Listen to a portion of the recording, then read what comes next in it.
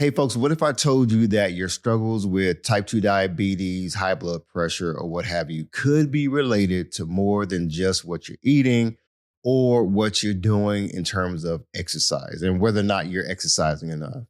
9 times out of 10, guess what? You're probably focused so much on your diet and walking on the treadmill to burn fat that you're not even considering one important thing, and that's your sleep. We've all been there, right? Like so many people, you're probably waiting on the weekend so you can catch up on your sleep, right? You can't wait till Saturday comes so you can sleep in and then do the same thing on Sunday. Because you know what? You had a busy week, right? I get it. But you know what, folks? Your sleep habits on Monday through Friday night could be keeping you in a never ending cycle of weight gain, high blood pressure, up and down roller coaster moods, your moodiness, your stress, and even your food cravings. You know what? That cheap meal that you had over the weekend, yeah, I know. You probably had a cheap meal. We've all been there. Don't feel bad about it. Don't beat yourself up. Definitely don't beat yourself up. I totally get it. But you know what? Poor sleep could be driving your eating habits too, and you don't even realize it. That's why I need you to stick around to hear the rest of today's episode. Folks, let's talk about why poor sleep makes diabetes and your overall health worse. So stick around to hear the rest of today's episode. Let's go. Be sure to visit the website at www.beatingdiabetieslifestyle.com for access to free resources and other information that will help you along your journey.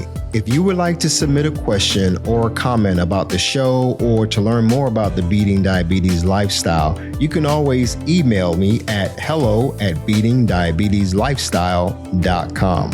And if you haven't already, be sure to subscribe to this podcast. Welcome to the Beating Diabetes Lifestyle podcast with me, your host, Oscar Camejo, helping diabetics make lifestyle changes to reverse type 2 diabetes. Hey, folks, thank you so much for tuning in and supporting this podcast. I want you to hit like, subscribe. I want you to share, help this show to grow. I want you to continue helping me to spread the awareness that we can achieve long-term good health. You know what, folks? This series that I'm teaching is a part of a larger series on lifestyle behaviors. The last episode, I talked to you all about strength training and the importance of preserving your muscle strength. That's really important. The next episode, we're going to talk all about stress management. Chronic stress is one of those things that people deal with without even realizing. But today's episode, we're going to talk all about sleep and what happens when you don't get enough quality sleep. Yeah, you may be sleeping, but is your sleep enough? Is your sleep quality? So let's get into it. We get so busy all the time with projects and working for others and doing all these different things to keep ourselves busy, but we end up running ourselves into the ground. When we're chronically going to bed late every night, that's one of the worst things that we can do to our bodies, folks. I'm telling you. You may be thinking that, you're highly productive and you are getting a lot done by staying up late at night and working well into the night. But you know what, folks? I'm telling you, you are taxing your body big time.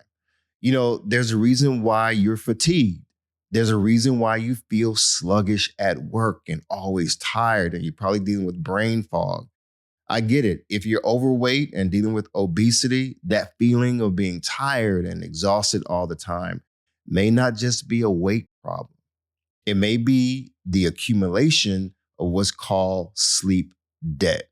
I don't know if you ever heard of sleep debt, but sleep debt is very real. So let me speak from the heart. We live in a culture that celebrates being busy, working late, grinding well past midnight, squeezing every hour out of the day that you can. And I get it. I've done it myself. You know what? Let me tell you a personal story real quick. Going to bed at midnight, between midnight and 2 a.m., that was my thing a while ago.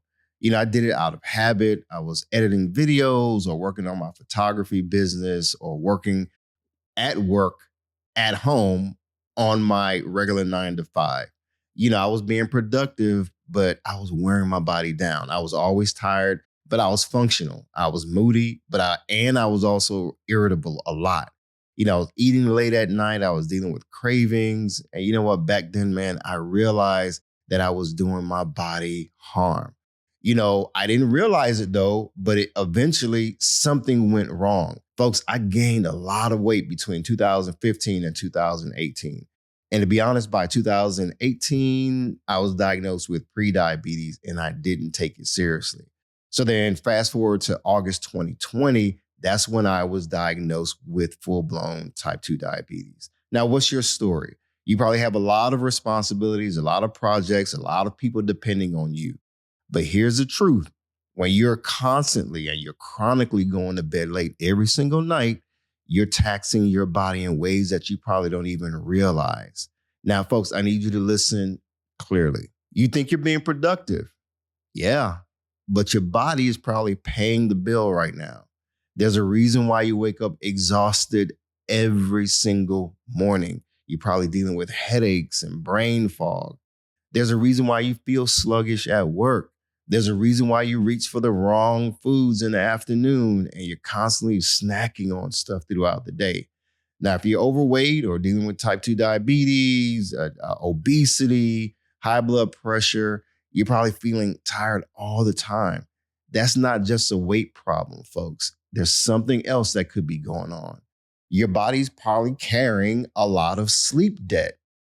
I'm going to give you a little bit of research and let me read this to you for a moment. Studies show that even mild, consistent sleep restriction, like getting 6 hours instead of 7 or 8 hours, builds over time and starts working against your metabolism. That damage happens gradually, but it is real. Now, folks, I don't know about you. We can't ignore research. Research is very important. When you hear statistics like that, when you hear about only getting enough, what we call enough sleep, and you realize that it's actually not enough, that's a big deal and we have to really pay attention. Sleep is an active part of your diabetes management. It has to be. Whether you're dealing with type 2 diabetes, prediabetes, high blood pressure, high cholesterol, this can affect you. So here's what I want you to understand today. Sleep is not just about getting rest. Sleep is when your body does its maintenance work.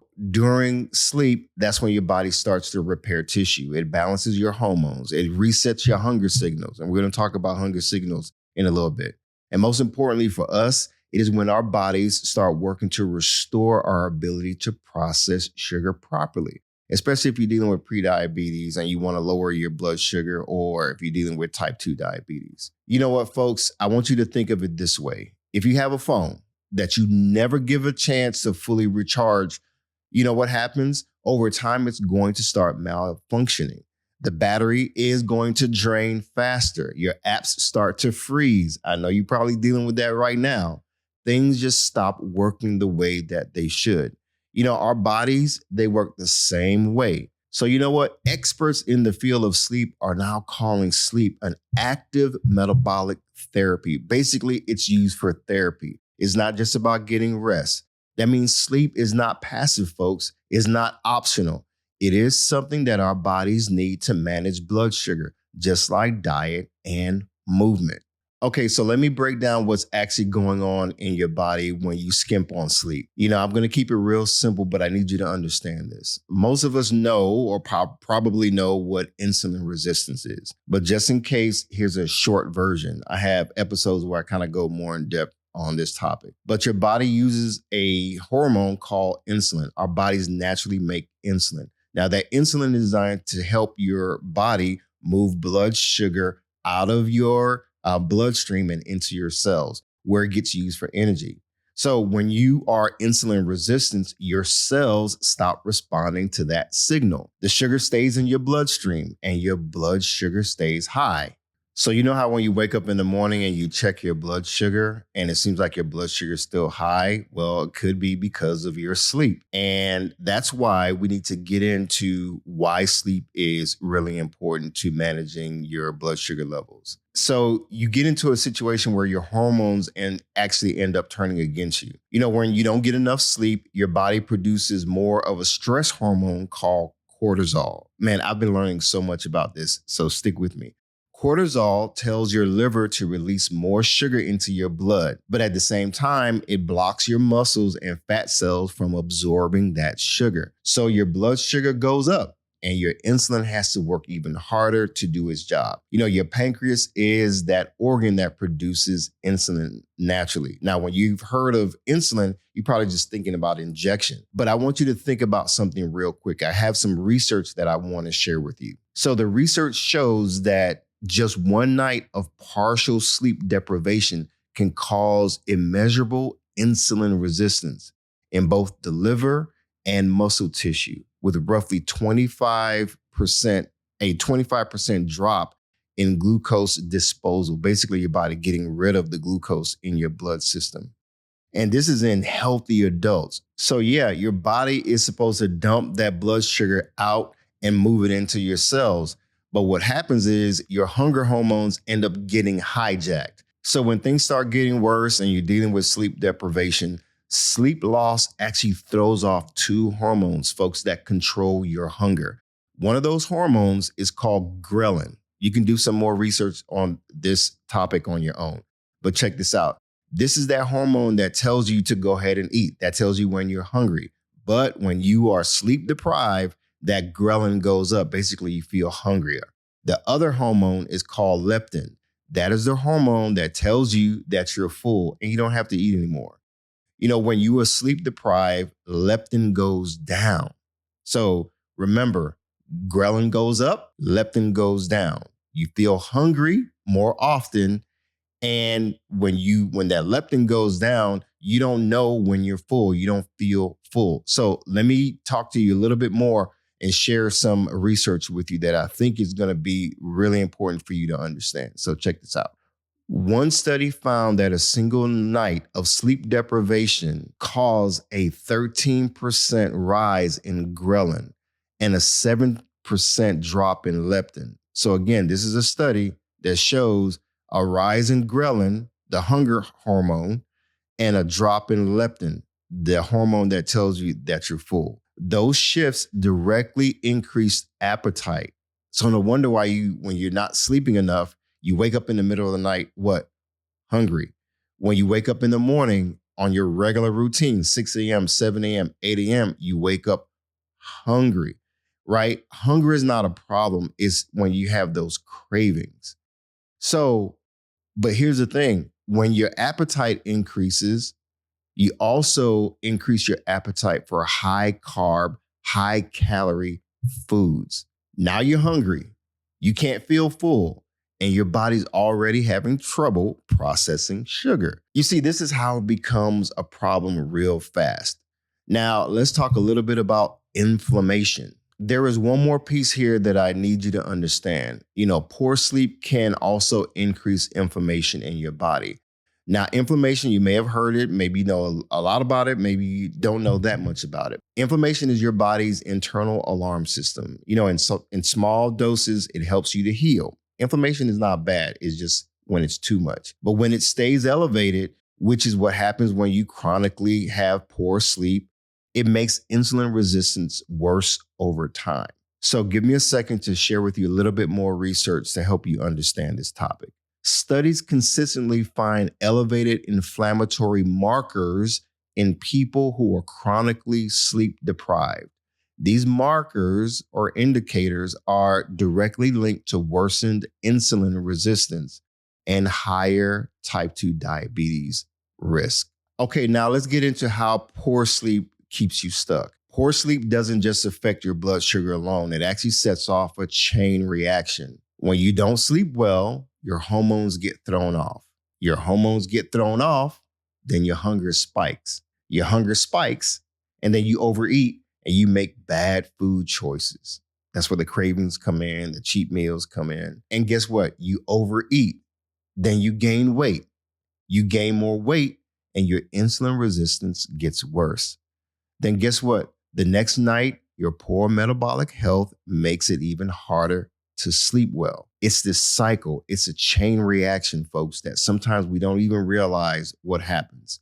Poor sleep, hormones get thrown off, hunger spikes, weight gain, worse blood sugar, and it's a repeat cycle over and over and over again. Now, here's one thing that I want to talk to you about with this whole I'm getting enough sleep. I get 6 hours and that's enough. That mindset, that 6 hours is enough mindset is really something that we can't keep ignoring. There's research that shows that, hey, that is actually a problem and causing things to be worse. So let me share with you some research. A study restricted sleep in people to just 6.2 hours on purpose a night for over 6 weeks. So it was a 6-week study.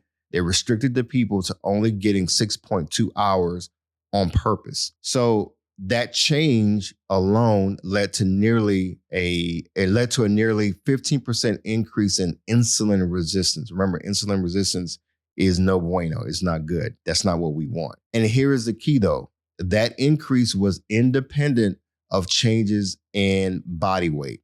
The sleep deprivation that they did on purpose itself was a driving factor when it came to insulin resistance. Now, I don't know if you truly understand what that means. So let me break it down even further for you. That's 6 hours a night, and that's it over 6 weeks. And your cell's ability to respond to insulin goes down by nearly 15%. So folks, here's the kicker. If you're dealing with type 2 diabetes or you're trying to manage pre-diabetes and you're only getting between 5 or 6 hours of sleep at night, you're fighting an uphill battle every single night. Yes, it's an uphill battle. So remember when I was telling you what I was dealing with when I was going to bed late, having cravings, gaining weight, dealing with stress, dealing with mood swings, all of that stuff was impacting my overall health. I was not getting 6 hours a night, folks, of sleep. I was probably getting like 4 hours of sleep at night, but I was functioning on that. You know what? Here's the good news, folks. I know I've shared a lot with you. It's a lot to take in, but I want you to have hope. I want you to know that you're not alone. There's things that you can do to actually turn things around. I know it feels heavy right now, but here's the good news. And I want you to clearly understand where I'm coming from. Your body is resilient. Yes, there's some research that shows what happens when you don't get enough sleep, but what happens when you actually increase your sleep, when you actually do this intentionally. Yes, your metabolism is going to be affected when you don't get enough sleep, but what happens when you start sleeping better and your body starts responding better? You're going to start feeling better. You're going to start experiencing some good results, some wins. So let me share with you a little bit of research.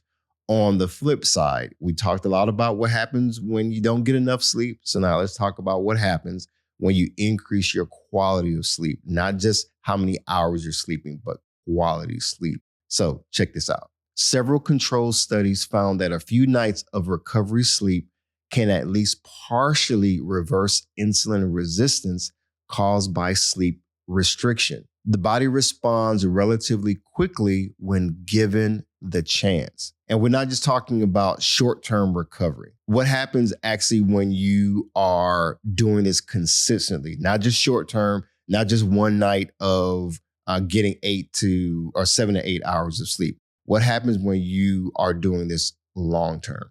So there's a study of 125 people with obesity and short sleep. It found that home sleep extension, basically extending how much you're sleeping at home, over 81 days was associated with improved insulin resistance and a reduction in abnormal fasting glucose and metabolic syndrome markers. So what does all that mean? So here we go. 81 days, that is less than about 3 months of consistently sleeping better. You're talking about not something short term, not just one night of getting better sleep. Sleep is now being considered a core lifestyle tool for a lot of people who are trying to manage type 2 diabetes or reverse type 2 diabetes and even managing pre-diabetes. That may be you. Yes, we don't want to forget diet. We don't want to forget movement and moving better. We also want to talk about stress management. Now, when you start to improve your sleep, folks, it's going to make reversing type 2 diabetes much more manageable. Sleep, exercise, diet, all of those things, they come together. And so I want to mention one more thing that I think is going to help you to really bring all of this home. We want to take some action steps, but you need to understand this. If you're already moving and exercising, folks, that's great. And here's something that the research found, though. Exercise can partially offset the damage of poor sleep. Yes. So don't think that, okay, I can just do all this exercise and I'm just going to lose weight and everything's going to be okay. It's more than just exercise. People who are sleep deprived but keep exercising, they still experience insulin resistance in many cases.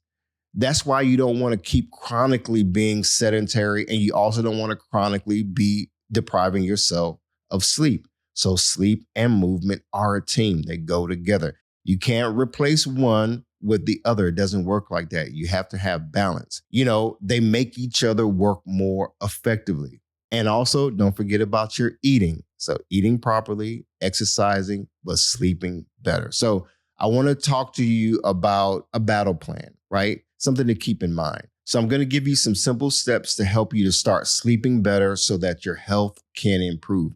Because folks, that's what it's all about. Our health depends on it. All right, let's talk all about what you can actually do starting tonight. All right, step one, target 7 to 8 hours, not 5, not 6 hours of sleep. 7 to 8 hours. I know it can be tough, but the research is real clear, folks. Managing blood sugar needs a minimum of 7 hours of consistent sleep every night. So that's the floor. That's the bottom. That's the minimum. That's not necessarily the goal. Again, that's just the floor. So step number 2, keep a consistent schedule. Consistency wins the day. Yep. Same bedtime, same wake up time every single day. I know it can be hard. You see, folks, going to bed and waking up at the same time every day, it includes the weekends too. It protects your body's internal clock. We have to do a reset because our internal clock controls our glucose rhythm. When you disrupt it constantly, you're also disrupting your blood sugar levels and your blood sugar management. So let's move on to step number 3. Watch what you're doing at night. Now, this is where a lot of people get caught up. They're staying up late. They got the bright screens and it's messing up your hormones. It's messing up just your whole rhythm. You got these bright, big screens. You're on your phones or your tablet. And on top of that, you want to watch your favorite shows, but you're eating late and that's keeping your blood sugar elevated, right? It should be dropping, but you're keeping it elevated. You're dealing with cravings.